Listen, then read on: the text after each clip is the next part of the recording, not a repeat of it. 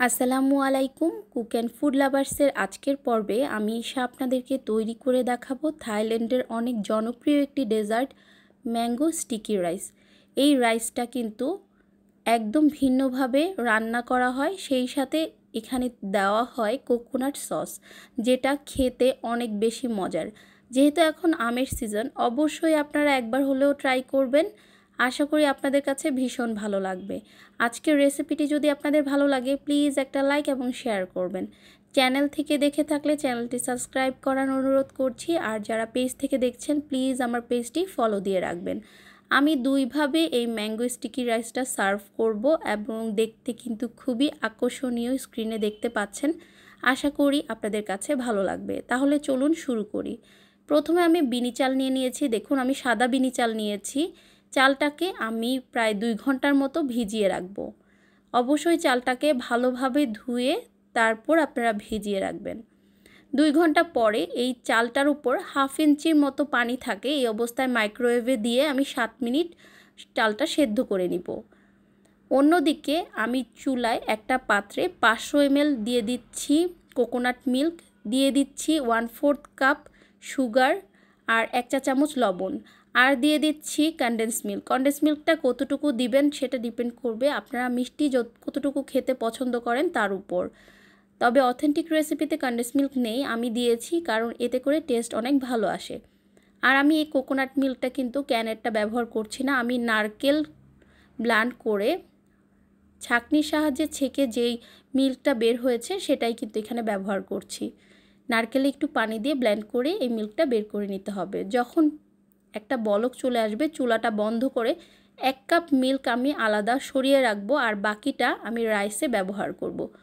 7 minute মাইক্রোওয়েভে দিয়েই কিন্তু আমার রাইসটা সেদ্ধ হয়ে গিয়েছে। আপনারা চাইলে কিন্তু এই রাইসটাকে স্টিম করে নিতে পারেন, একটা ঝাঁঝরির উপর, গরম পানির উপর ঝাঁঝরি রেখে এই চালটা সেদ্ধ করে নিতে পারেন। তবে এটা কিন্তু ভাতের মতো রান্না করা যাবে না।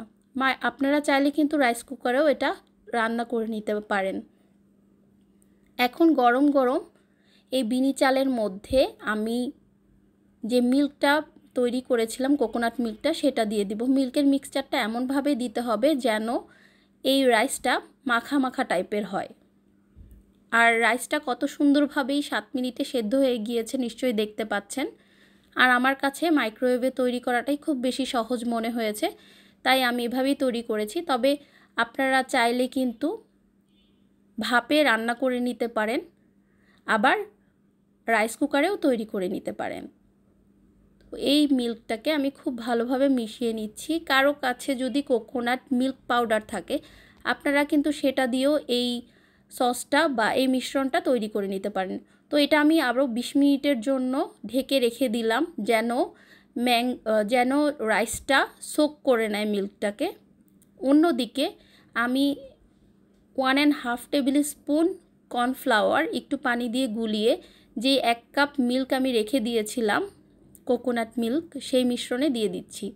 যখন এই মিশ্রণটা এরকম ঘন সস তৈরি হবে তখন চুলার আঁচ বন্ধ করে দিতে হবে। দেখুন ঘন হয়ে গিয়েছে, এটা আমাদের কোকোনাট সস। অন্যদিকে একটা প্যানে আমি নিয়ে নিয়েছি সাদা তিল। এই সাদা তিলটা আমি অনবরত নেড়ে চেড়ে হালকা লালচে হওয়া পর্যন্ত ভেজে নিব।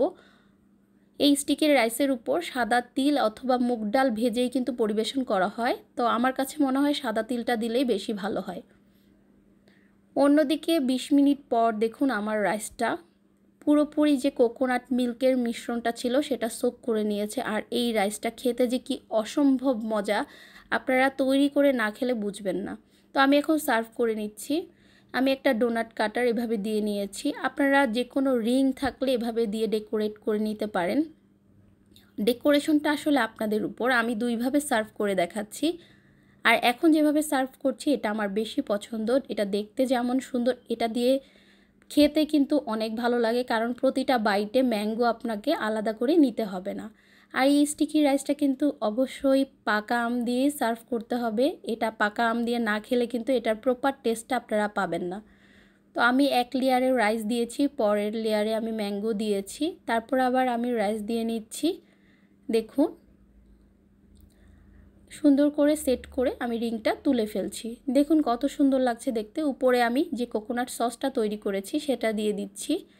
আর উপরে আমি ম্যাঙ্গো দিয়ে এভাবে ডেকোরেট করে নিচ্ছি। আর উপরে অবশ্যই সাদা তিল যে আমরা ভেজে রেখেছিলাম সেটা একটু ছড়িয়ে দিবেন। আর এই সাদা তিলটা দিলে এত সুন্দর একটা স্মেল আসে কি বলবো, আপনারা যখন তৈরি করবেন নিজেরাই বুঝতে পারবেন। সাদা তিল দিয়ে খেতে কিন্তু ভীষণ মজা লাগে, আর এটা ভেজে নেওয়ার ফলে অনেক সুন্দর একটা অ্যারোমা আসে। তো অন্যদিকে আরও একটা সার্ভিং প্রসেস আমি দেখাচ্ছি। একটা বাটিতে আমি এভাবে সেট করে নিয়েছিলাম রাইসটাকে। এটা সচরাচর সবাই এভাবে করে থাকে। তারপর আমি আমার মতো একটু সার্ভ করে আপনাদের সাথে শেয়ার করছি। উপরে দিয়ে দিচ্ছি কোকোনাট মিল্কের যে সসটা সেটা। আশা করছি আমার আজকের রেসিপিটি আপনাদের কাছে ভালো লেগেছে। রেসিপিটি ভালো লাগলে অবশ্যই একটা লাইক এবং শেয়ার করবেন। চ্যানেলটিতে নতুন হয়ে থাকলে চ্যানেলটি সাবস্ক্রাইব করার অনুরোধ করছি। যারা পেজ থেকে দেখছেন প্লিজ আমার পেজটি ফলো দিয়ে রাখবেন। সবাই অনেক বেশি ভালো থাকবেন, আমার জন্য এবং আমার পরিবারের জন্য দোয়া করবেন। আর অবশ্যই আপনারা এই রেসিপিটি ট্রাই করলে আমাকে কমেন্টস করে জানাবেন আপনাদের কাছে কেমন লেগেছে। সবাই ভালো থাকেন, সুস্থ থাকেন। আজকের মতো বিদায় নিচ্ছি। আল্লাহ হাফেজ। আসসালামু আলাইকুম।